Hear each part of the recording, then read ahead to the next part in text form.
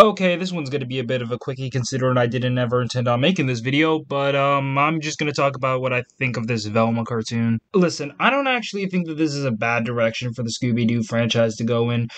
The Scooby-Doo franchise has been flirting with the idea of like an adult cartoon for a while. I mean, as we all know by now, the original James Gunn films in the early 2000s were supposed to be rated R, so yeah.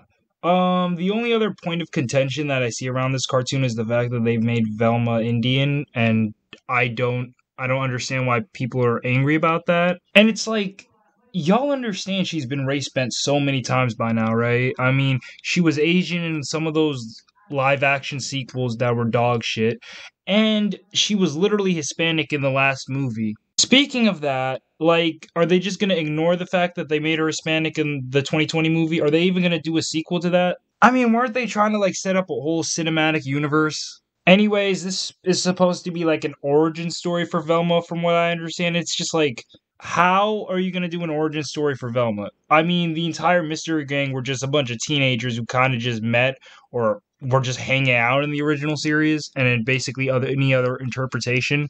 Like, they're not experts. Like, they're not, like, actual professional ghost hunters or anything.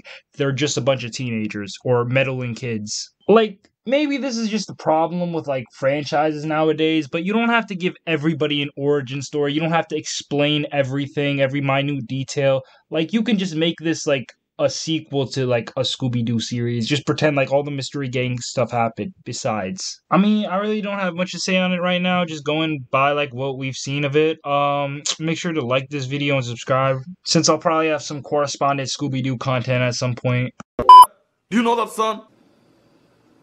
Put your hands on